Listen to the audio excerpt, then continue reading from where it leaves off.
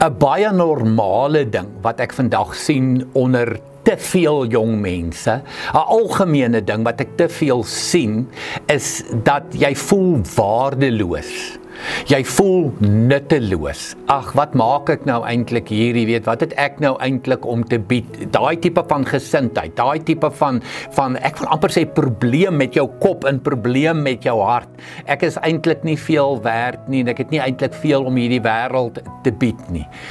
Hoor Psalm 139 vers 13 en 14 spesifiek vir jou, my liewe jong mens. U het my gevorm, hoor mooi, die Here het jou gemaak. Hier staan, my aan mekaar geweef in die skoot van my moeder. Jy's 'n kunswerk. Die Here het jou aan mekaar geweef in die skoot van jou moeder. Ek wil u loof, want u het my op 'n wonderbaarlike wyse geskep. Wanneer jy weer op daai punt kom van ek voel nutteloos, ek voel waardeloos, ek het nie regtig iets om te bied nie. Weet jy, kom vir 'n slag voor die spieël en loof die Here, want hy het jou op 'n wonderbaarlike wyse geskep vir 'n baie spesifieke doel.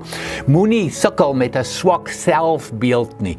God het 'n wonderlike beeld gemaak, hy het jou aan mekaar geweef. Vat dit, jy's spesiaal, jy's gemaak vir hierdie tyd vir 'n spesifieke doel. Gaan leef dit.